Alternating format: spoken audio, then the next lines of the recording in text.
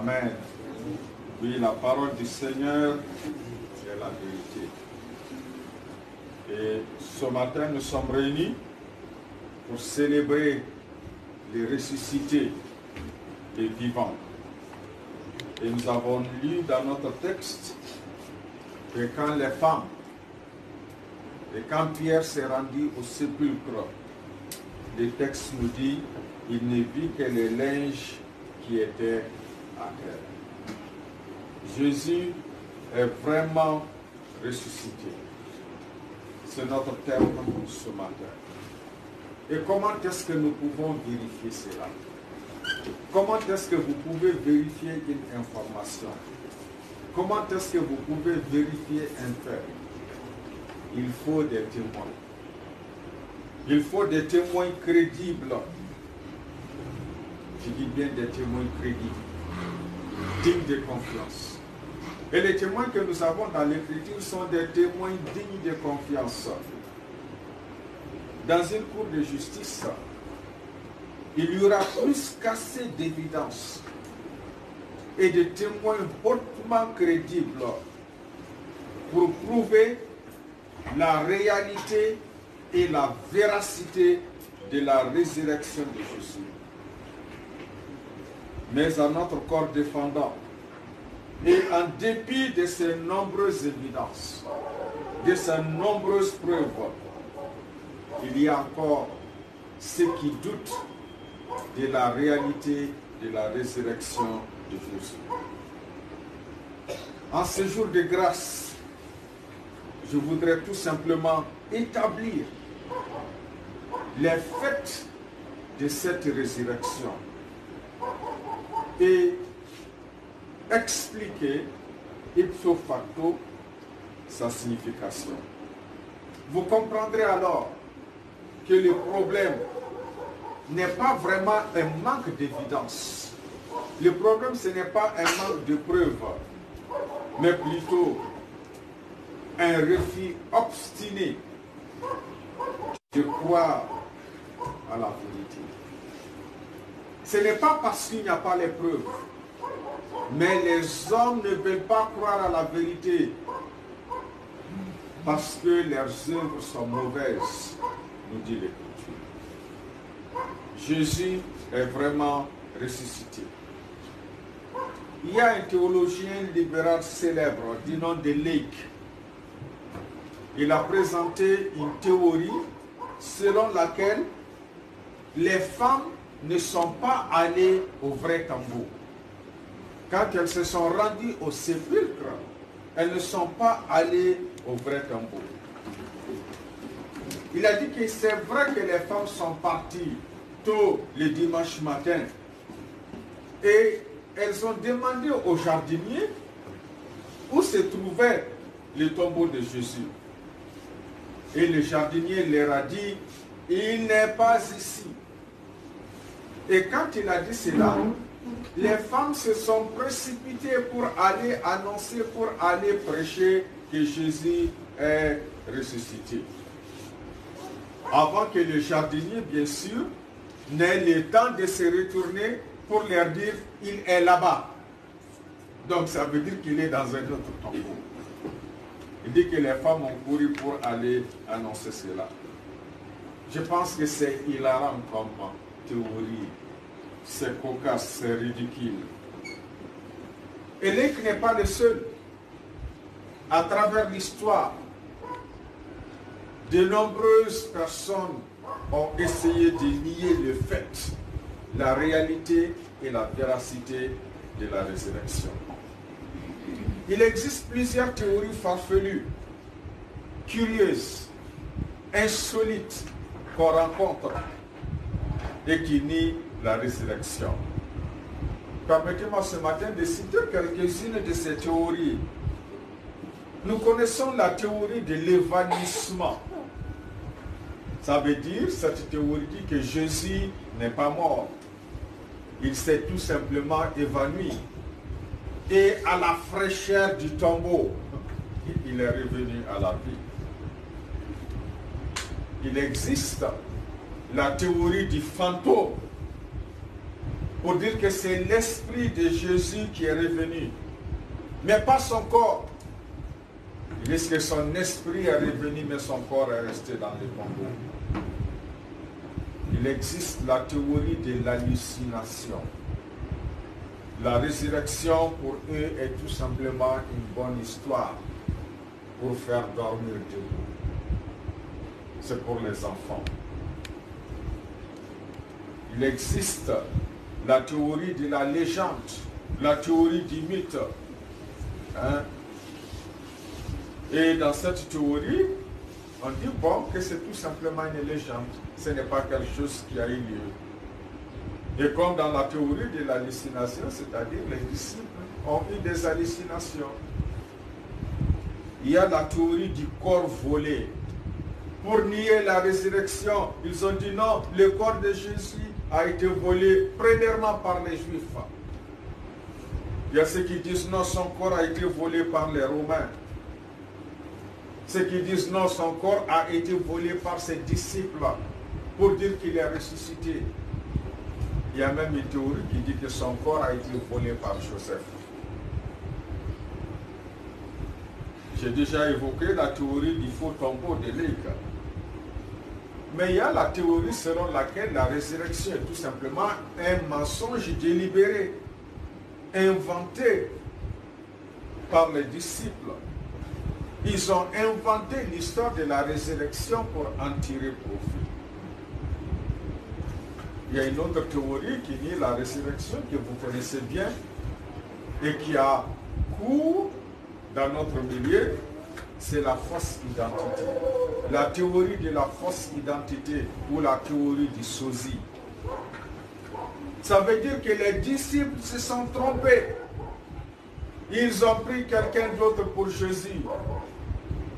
Donc celui qui est mort à la croix, avec lequel ils étaient matin et soir, au moins pendant 3 ans, ils ont dit, bon, ce n'est pas lui, c'est quelqu'un d'autre. En fait, cette théorie dit que Dieu a floué les hommes. Dieu les a trompés.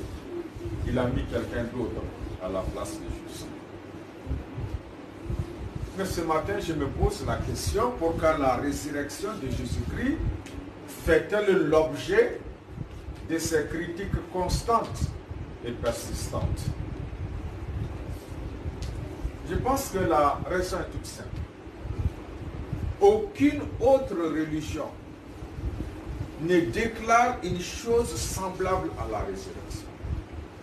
Aucune autre religion. Aucun miracle n'a autant d'évidences historiques pour le soutenir. La résurrection est la démonstration que la déclaration de Jésus qu'il est Dieu est vraie. Nous lisons dans 1 Corinthiens 15, les versets 3 à 8. Si vous trouvez, je vous ai enseigné avant tout, comme je l'avais aussi reçu, que Christ est mort pour nos péchés selon les Écritures, qu'il a été enseveli et qu'il est ressuscité le 3e jour, selon les Écritures, et qu'il est apparu à Céphas, puis aux 12. Ensuite, il est apparu à plus de 500 frères à la fois, dont la plupart sont encore vivants, et dont quelques-uns sont morts. Ensuite, il est apparu à Jacques, puis à tous les apôtres. Après eux tous, il m'est aussi apparu à moi, comme à l'apôtre. Quelle évidence y a-t-il pour valider la résurrection? Quels sont les témoins? Les témoins les plus crédibles, et nous l'avons chanté ce matin, le témoin le plus crédible, c'est la Bible. C'est la Bible qui nous dit que Jésus est mort et qu'il est ressuscité. Et le contraire de cette vérité n'a jamais été prouvé. C'est une vérité claire. Il y a des évidences. qu'on trouve dans l'Ancien Testament. Je vais donner peut-être une seule et me concentrer ce matin sur les évidences que nous retrouvons dans le Nouveau Testament.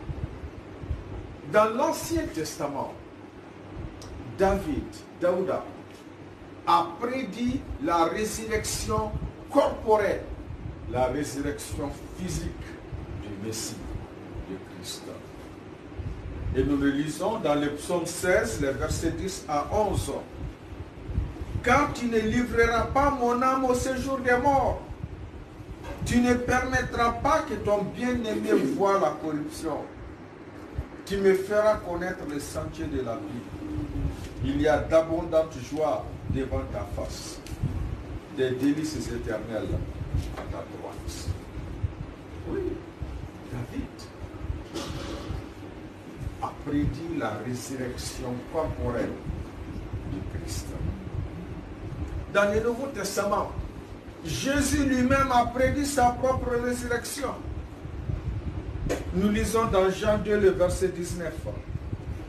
Jésus leur répondit, détruisez ces temples et en 3 jours, je les relèverai.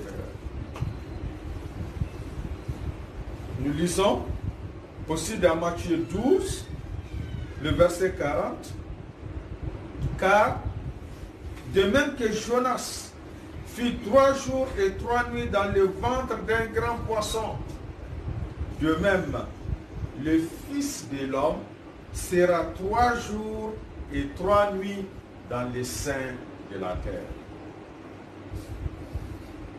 Dans l'évangile selon Marc, au chapitre 8, le verset 31, il est aussi écrit, alors il commença à leur apprendre qu'il fallait que le Fils de l'homme souffrit beaucoup, qu'il fut rejeté par les anciens, par les principaux sacrificateurs et par les scribes, et qu'il fut mis à mort, et qu'il ressuscita 3 jours après. Une autre preuve, dans l'évangile selon Marc, au chapitre 9, le verset 31. Car il enseignait ses disciples, et il leur dit, le Fils de l'homme sera livré entre les mains des hommes. Ils les feront mourir. Et 3 jours après qu'il aura été mis à mort, il ressuscitera. Jésus a prédit sa mort et sa résurrection. Dans Marc 10, les versets 33 et 34. Voici, nous montons à Jérusalem, et le Fils de l'homme sera livré aux principaux sacrificateurs et aux scribes. Ils les condamneront à mort et ils les livreront aux païens, qui se moqueront de lui, cracheront sur lui, le battront des verges et les feront mourir. Et 3 jours après, il ressuscitera. 3 jours après, il ressuscitera. Donc Jésus a prédit sa propre mort. Et cela se trouve dans l'Écriture, les témoins les plus crédibles que nous avons. Mais les disciples sont aussi les témoins crédibles. Et nous savons que leur intégrité est irréprochable. Voici le compte rendu des témoins oculaires. Ceux qui ont vécu avec Jésus, ceux qui ont rencontré le Christ ressuscité. C'est-à-dire qu'ils étaient des témoins oculaires de sa résurrection. Ils ont vu le Christ post-résurrectionnel. Ils l'ont touché. Ils ont cheminé avec lui. Nous avons le témoignage de Marie de Magdala. Dans Jean 20, au verset 11 et 18, il est dit, Jésus lui dit, Marie, elle se retourna et lui dit en hébreu, Rabouni, c'est-à-dire maître. Et le texte nous dit, Marie de Magdala alla annoncer aux disciples qu'elle avait vu le Seigneur et qu'il lui avait dit ces choses. Nous avons le témoignage des 10 disciples dans la chambre haute. Jean chapitre 20, les versets 19 à 20.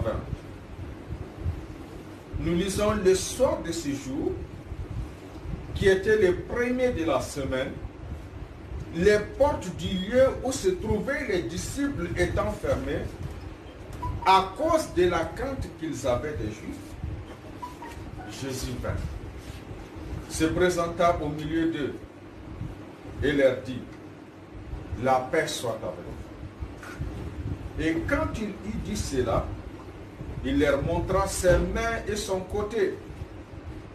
Les disciples firent dans la joie en voyant le Seigneur. Donc les disciples dans la chambre haute ont vu le Christ ressuscité. Le texte nous dit plus tard que les 11, y compris Thomas, l'ont vu. Jean chapitre 20, les versets 24 et 28. Le texte nous dit Thomas, appelé Didyme, c'est-à-dire jumeau, l'un des 12, n'était pas avec eux lorsque Jésus vint. Les autres disciples lui dirent donc, nous avons vu le Seigneur.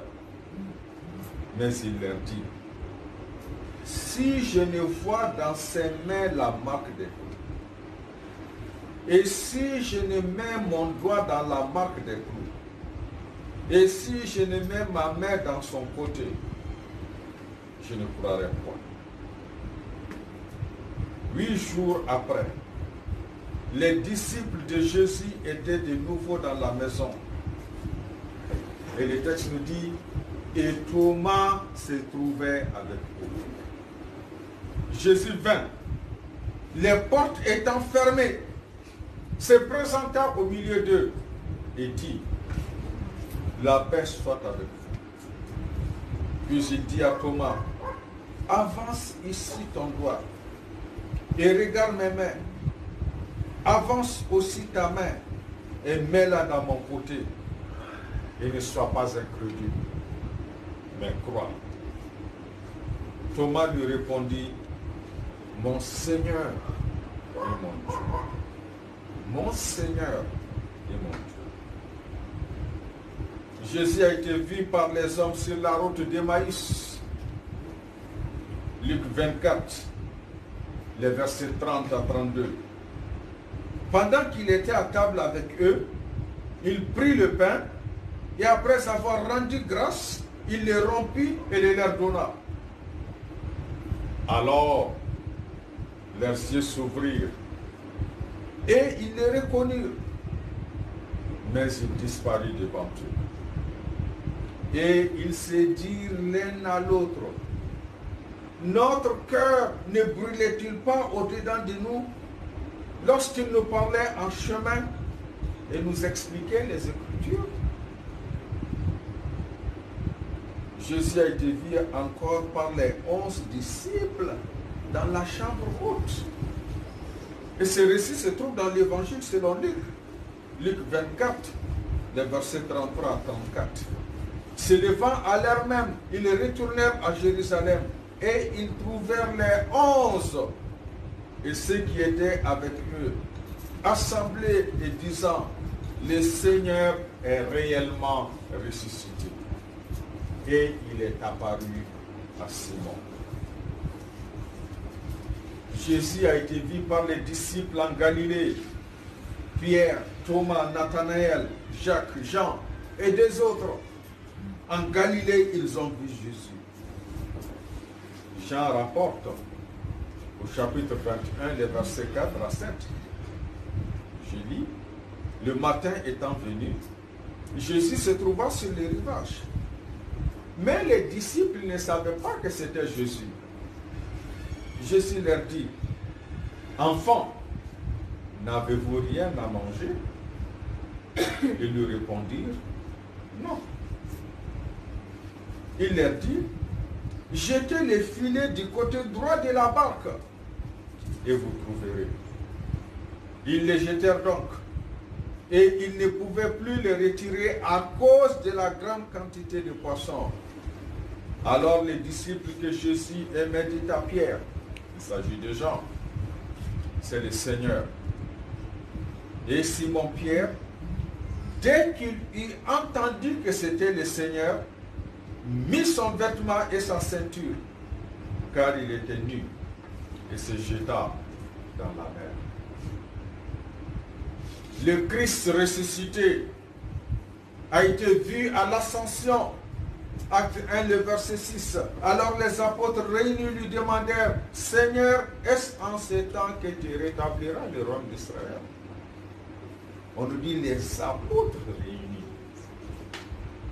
Et nous lisons dans Acte 1, les versets 10 à 11. Et comme ils avaient les regards fixés vers le ciel pendant qu'ils s'en allaient, voici deux hommes vêtus de blanc leur apparurent et dirent, hommes galiléens, pourquoi vous arrêtez-vous à regarder au ciel? C'est Jésus qui a été enlevé au ciel du milieu de vous, viendra de la même manière que vous l'avez vu allant au ciel. Mais Jésus a été aussi vu par Paul. Nous avons le témoignage de Paul, acte 9, les versets 5 à 6. Il répondit, qui es-tu, Seigneur? Et le Seigneur dit, je suis Jésus que tu persécutes. Il te serait dur de regimber contre les aiguillons. Tremblant et saisi de froid, il dit, Seigneur, que veux-tu que je fasse? Et le Seigneur lui dit, lève-toi, entre dans la ville et on te dira ce que tu dois faire. Il est très important de comprendre que quand il dit Seigneur, le Seigneur du Nouveau Testament, c'est l'Éternel de l'Ancien Testament. Le Seigneur du Nouveau Testament, c'est l'Éternel de l'Ancien Testament. Donc quand il dit Seigneur, il dit Éternel. Il a vu Jésus. C'est Jésus qui a été vu par plus de 500 frères après la résurrection. C'est le même Jésus qu'ils ont connu personnellement. Le même Jésus avec qui ils ont cheminé avant sa résurrection. Par conséquent, nous croyons en l'exactitude historique de la résurrection. Et nous en parlons comme la résurrection corporelle du Seigneur Jésus-Christ par la puissance de Dieu. On peut se poser la question, mais pourquoi est-ce qu'il est important d'établir la réalité et la véracité de la résurrection corporelle de Jésus-Christ d'entre les morts? Paul note 8 conséquences quand on nie la résurrection. Nous allons faire économie de la lecture du texte, mais ça se trouve dans 1 Corinthiens 15, les versets 12 à 20. Au moins, le verset 12-13. Or, si l'on prêche que Christ est ressuscité des morts, comment quelques-uns parmi vous disent-ils qu'il n'y a point de résurrection des morts? S'il n'y a point de résurrection des morts, Christ non plus n'est pas ressuscité. Donc je dis qu'il y a 8 conséquences que je vais vous donner rapidement. Donc s'il n'y a pas de résurrection, comme disent quelques-uns, et comme l'enseignaient les Sadducéens du temps de Jésus, s'il n'y a pas de résurrection, ça veut dire que le Christ n'est pas ressuscité. Donc celui qui nie la résurrection nie que Jésus n'est pas ressuscité. Nous le voyons au verset 14. Et si Christ n'est pas ressuscité, qu'est-ce qui se passe? La deuxième conséquence, notre prédication est vaine. La troisième conséquence, votre foi est également vaine. Et la quatrième conséquence, nous sommes des faux témoins de Dieu. Puisque nous avons témoigné contre Dieu qu'il a ressuscité Christ, tandis qu'il ne l'aurait pas ressuscité. si les morts ne ressuscitent point, nous sommes des faux témoins. Car si les morts ne ressuscitent point, Christ non plus n'est pas ressuscité. Et si Christ n'est pas ressuscité, votre foi est vaine, vous êtes encore dans vos péchés. La cinquième conséquence, ça veut dire que votre foi est futile. Sixièmement, vous êtes toujours dans vos péchés. Septièmement, ceux qui sont morts en Christ sont perdus. Parce que l'apôtre Paul dit, si c'est dans cette vie seulement que nous espérons en Christ, nous sommes les plus malheureux de tous les hommes. Et ça, c'est la huitième conséquence quand on lit la résurrection. Ça veut dire que nous sommes de tous les hommes les plus pitoyables, les plus malheureux. Mais maintenant, et gloire à Dieu, Christ est ressuscité des morts. Et l'Écriture dit qu'il est les prémices de ceux qui sont morts. Et quand l'Écriture parle de cette résurrection de Christ, notons que c'est toujours au présent. Il est ressuscité. Christ est vraiment ressuscité. Donc il y a une légion de témoins. Il y a une multitude de témoins, plus de 500 frères à la fois, qui ont vu le Christ ressuscité. Et ce matin, mes frères et sœurs, vous pouvez être confiants dans la résurrection de Christ. Et nous pouvons avoir cette espérance. Et nous avons cette espérance. Parce que Christ est ressuscité, qu'est-ce qui va nous arriver? Nous aussi, nous allons ressusciter. Comment allons-nous conclure ce message de ce matin? Tout simplement en vous posant la question. Qu'est-ce que vous croyez? Est-ce que vous croyez que la résurrection est fausse? Est-ce que vous pensez que la résurrection est un canular? Est-ce que vous pensez que la résurrection est une fiction? C'est une légende? Non. La résurrection est un fait réel. C'est l'événement suprême de toute l'histoire. Ce n'est pas une fiction. Ce n'est pas un canular. Mais c'est une réalité. Et ce matin, nous devons être comme Thomas et proclamer avec les vrais croyants, mon Seigneur et mon Dieu. Quand Thomas a mis ses doigts dans les marques, il a dit, mon Seigneur et mon Dieu. Et ce matin, je pense que c'est avec cela que je voudrais que vous partiez. En pensant à cette résurrection, en disant, mon Seigneur et mon Dieu. Parce que Christ a vaincu la mort, nous aussi, nous allons la vaincre. Que le nom du Seigneur soit béni. Amen. Et joyeuse Pâques. Merci.